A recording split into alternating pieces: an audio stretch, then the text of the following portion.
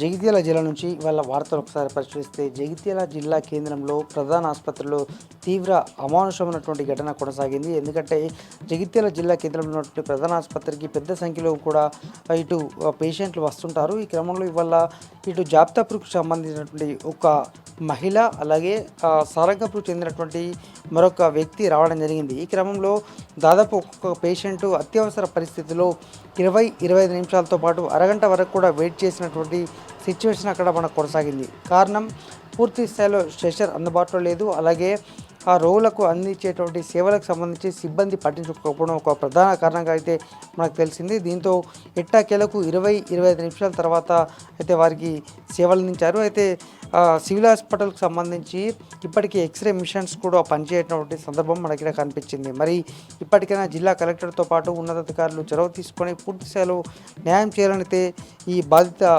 వర్గాలు అయితే కోరుతున్నాయి. మరొక వార్త రాయకల్ సంబంధించి రాయకల్ ఎంఆర్ఓ కార్యాలయంలో నిన్న అర్ధరాత్రి ఏసీబీ రైడ్స్ కొనసాగాయి. నిన్న సాయంత్రం నుంచి అర్ధరాత్రి వరకు కూడా కొనసాగినటువంటి సందర్భం. ఈ క్రమంలో ఎంఆర్ఓ డీటీగా ఉన్నటువంటి గణేష్తో పాటు అలాగే ముజాఫర్ అనేటువంటి ఇద్దరు వ్యక్తులను అరెస్ట్ చేశారు. అయితే ఓ వ్యక్తికి సంబంధించిన భూ మార్పిడికి సంబంధించి దాదాపు 30 నుంచి 50 లంచం డిమాండ్ చేయగా దాదాపు 10,000 రూపాయలు లంచం తీసుకుండగా ఆకస్మికంగా పోలీసు ఇటు ఏసీబీ అధికారులకు పట్టుబడ్డారు.